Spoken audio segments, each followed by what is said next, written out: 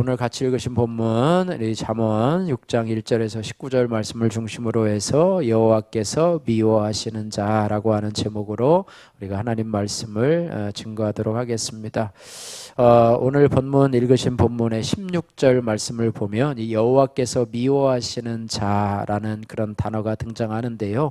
이 미워하신다라고 하는 이 히브리 원어의 단어의 뜻은 우리가 예상하는 것처럼 싫어하다 혹은 혐오하다 혹은 증오하다라는 뜻을 가지고 있습니다. 성경에서 특별히 이 하나님께서 미워하시다라고 뜻을 가리킬 때에는 가증스럽게 여기다라고 하는 뜻으로 사용되게 된다고 하는 거예요. 그래서 오늘 설교 제목인 여호와께서 미워하시는 것, 오늘 16절 말씀에서 의미하는 것은 하나님께서 싫어하시고 또 하나님께서 혐오하시고 또 하나님께서 증오하는 자가 누구인가라고 하는 것을 의미하고 있는데요.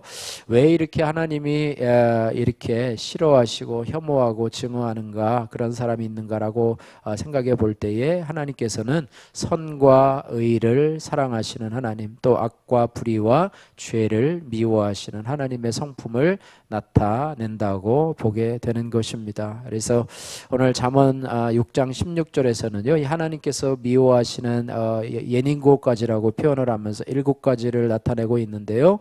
교만한 눈과 거짓된 혀와 무죄한 자의 피를 흘리는 손, 또 꾀있는 마음, 빨리 악으로 달려가는 발, 거짓을 말하는 망령된 증인, 형제 사이를 이간하는 사람, 이렇게 얘기를 하면서 7가지를 말씀하고 있는데요. 이것은 모두 인간의 죄된 악한 성품들을 드러내는 행위입니다. 그래서 하나님이 미워하시는 죄악이 바로 교만과 거짓과 살인과 음모와 속임수와 위증과 분열, 모두 다 하나님께서 미워하시는 죄라고 하는 것입니다. 오늘 말씀을 통해서 하나님이 미워하시는 자라고 하는 어떤 사람을 미워하시는가라는 것을 살펴보면서 혹시 내 안에도 하나님이 미워하시는 그런 죄의 종류가 우리 가운데 있지는 않은가 돌아보시고 우리가 더 나아가서는 하나님이 기뻐하시는 자가 되기를 주님의 이름으로 축복합니다. 오늘 본문 말씀을 통해서요, 하나님께서 미워하시는 자라고 하는 제목으로 3가지를 살펴보기를 원합니다. 첫 번째는 자기 자신을 과신하며 담보와 보증을 서주는 사람을 미워하시는 그 하나님의 모습인데요. 1절에서 5절 말씀에 나타나고 있습니다.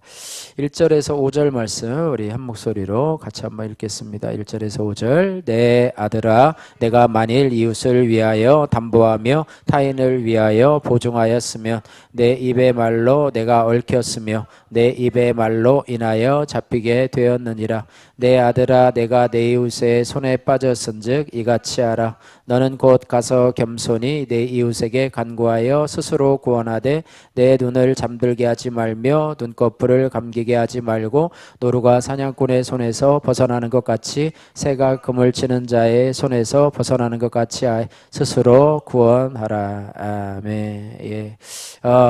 내 이웃을 위하여 담보하며 타인을 위하여 보증하였으면 이라고 말하면서 그것을 칭찬하는 것이 아니라, 이거는 좋은, 어떻게 보면 자신을 위해서 하는 것이 아니라 이웃을 보증하며 또 이웃에게 어려움을 위해서 담보물을 잡히는 것이잖아요. 예전에도 이 연대보증 제도라는 것이 있어서 어떤 사람이 이 금융기관으로부터 돈을 빌리려고 하면 주위의 사람, 친척이라든지 또 친구나 또 믿을 만한 사람의 보증을 서야지만이 대출을 해주는 그런 제도가 있었습니다. 그래서 어쨌든 친척이 그러고 형제가 그러고 지금 힘드는데 대출이 필요한데 너의 연대 보증서가 필요하다라고, 그래서 어쩔 수 없이 또 정으로 인해서 또 이렇게 인정이나 동정, 또 내가 안 해주면 어떡하나, 또 마음 약하신 분들이 있잖아요. 그죠? 마음이 약해서 내가 안 해주면 저 사람 저분이 나한테 날 욕할 텐데 이렇게 하면서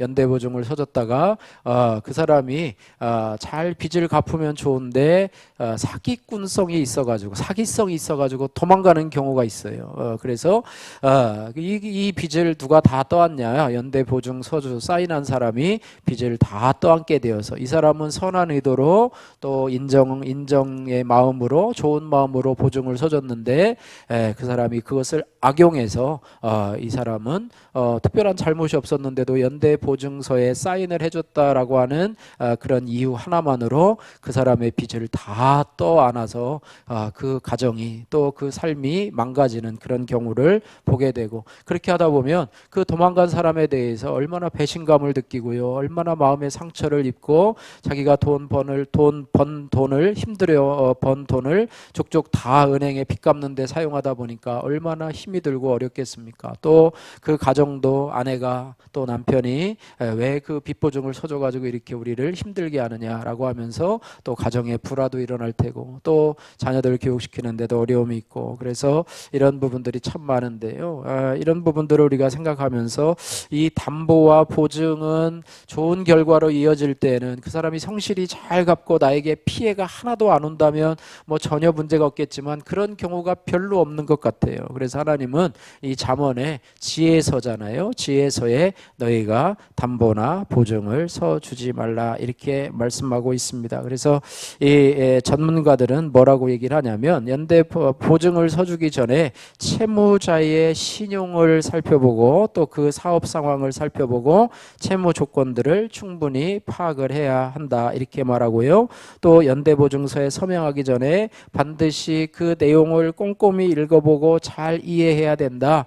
뭐 대충 봤는데 나중에 보니까 자기가 사인을 하긴 했는데 그 내용이 뭔지를 몰라요. 근데 나중에 보니까 불리한 내용들이 적혀 있는데 사인을 했다는 이유로 인해서 거기에 있는 내용들을 다 이행해야 한다라고 하는 것, 어쩔 수 없는 그런 내용들이 있고요. 또 하나는 연대보증을 서지 않도록 거절하는 것도 좋은 방법이다 이렇게 말을 하고 있습니다.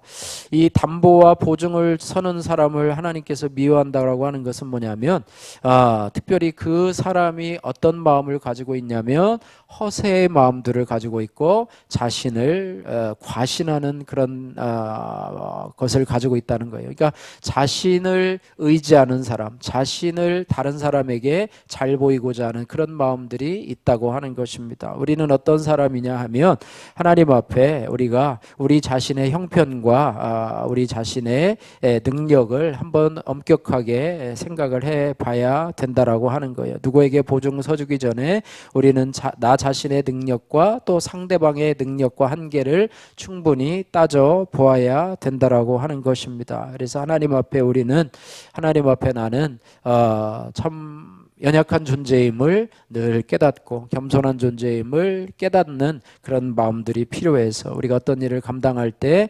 하나님을 의지하는 마음들이 필요한데, 이 담보와 보증을 서주는 사람은 하나님을 의지하기보다는 자신을 의지하며 하나님을 의지하기보다는 자신을 과시하며 허세를 부리는 그런 경향이 있다라고 하는 것입니다. 그래서 하나님 앞에 하나님이 미워하는 자가 되는 것이 아니라, 우리가 혹시라도 그런 것을 섰다면 오늘 본문 말씀에 그 사람에게 가서 그 보증을 풀어달라고 하는데, 이것은 너무나 어렵죠. 한번 사인해 준 거는 그것을 바꾸기가 너무너무 어려운데요. 이를 위해서 우리가 사전에 미리 이것들을 조심하는 그런 일들이 필요하고, 요즘에는 이런 것뿐만 아니라 뭐 보이스피싱도 많고, 또 어떤 기업에 투자를 하면 또 많은 수익을 보장해 줄 것이다 얘기를 해서 그런 부분에 있어서 또 우리의 욕심을 미워가는 그런 경우들이 많기 때문에 여러분이 신중하고 또 신중하게 우리의 물질 문제를 생각하고 또 보증서 주고 어디에 사인하는 그런 문제에 있어서도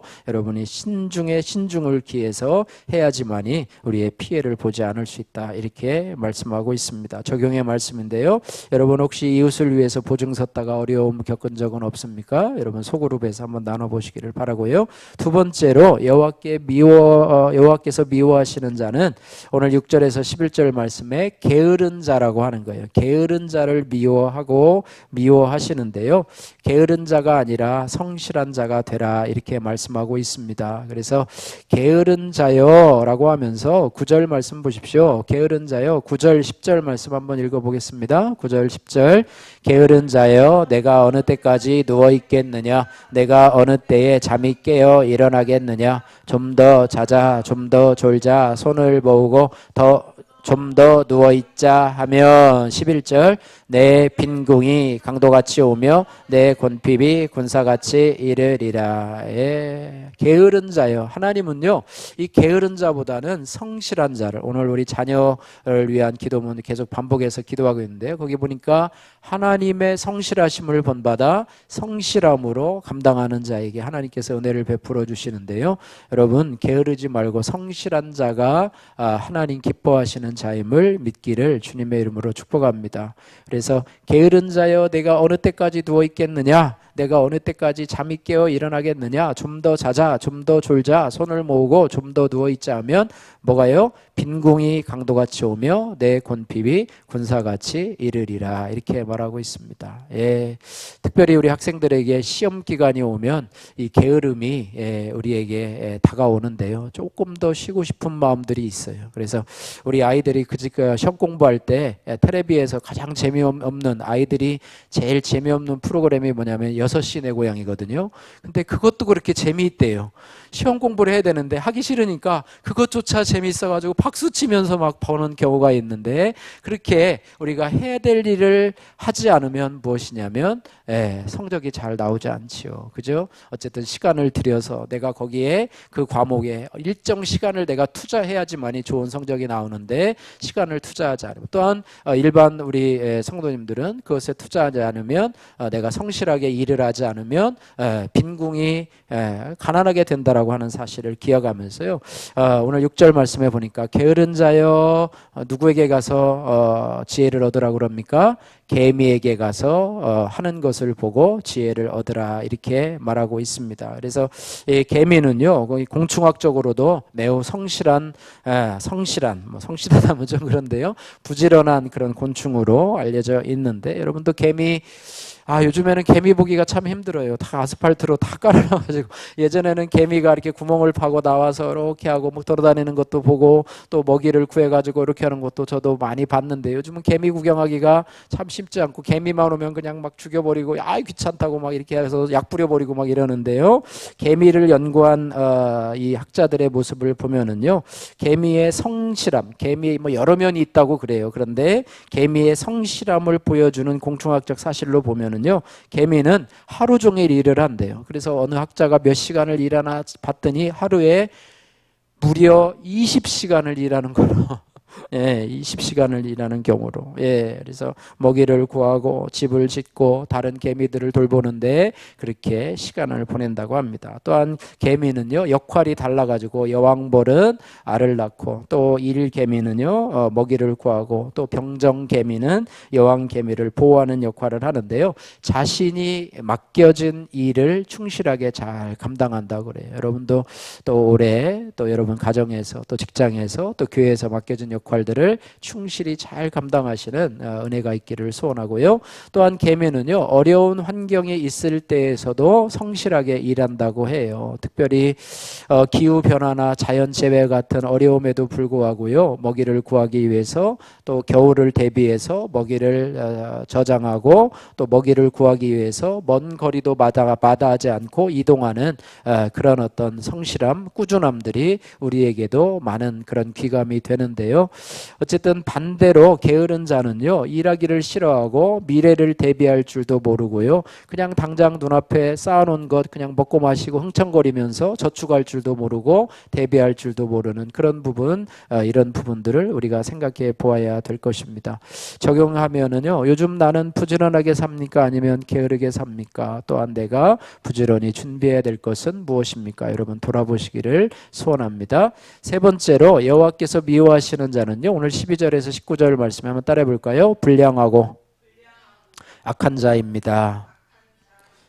불량하고 악한 자라는 의미 오늘 본문에 나오고 있는데요, 본문 오늘 12절에서 19절 말씀인데요, 12절에 보면 불량하고 악한 자는 어떻게 살아가는가? 구부러지는 말을 하고 다녀요. 구부러지는 말이 뭡니까?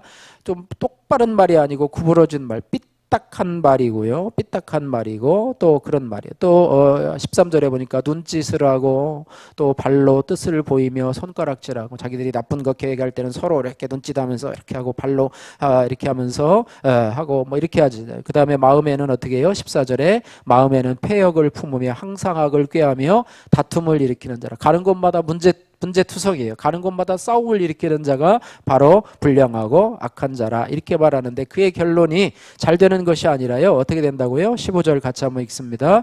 그러므로 그의 재앙이 갑자기 내려 당장에 멸망하여 살릴 길이 없으리라. 예, 자업자득이란 말이 있잖아요. 자기가 그렇게 살아가니까 결국에는 그런 삶으로 내려가서 재앙이 갑자기 내려서 당장에 멸망하여도 살릴 길이 없겠다 이렇게 말씀을 하고 있습니다. 그러면서 여호와께서 미워하시는 것 얘네 7가지를 말하는데 이것의 특징이 무엇이냐면 불량하고 악한 자가 이러한 특징을 가지고 살아가는데요. 17절에서 19절 말씀도 같이 한번 읽어보겠습니다.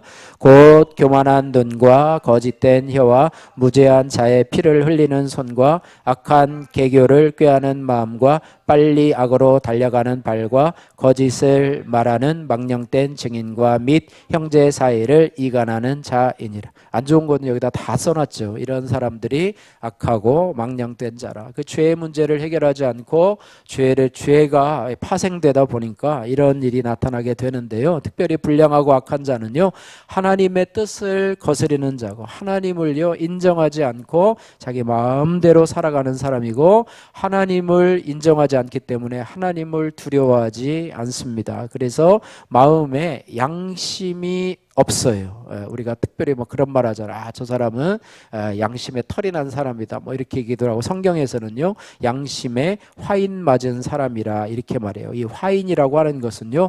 불도장 혹은 인두라고 하는 뜻을 가지고 있는데요. 짐승들을 이 주인의 소유로 삼는다고 할 때 이 짐승들에게 그렇게 이렇게 화인을 가지고 이렇게 표시를 하게 되는 것인데요.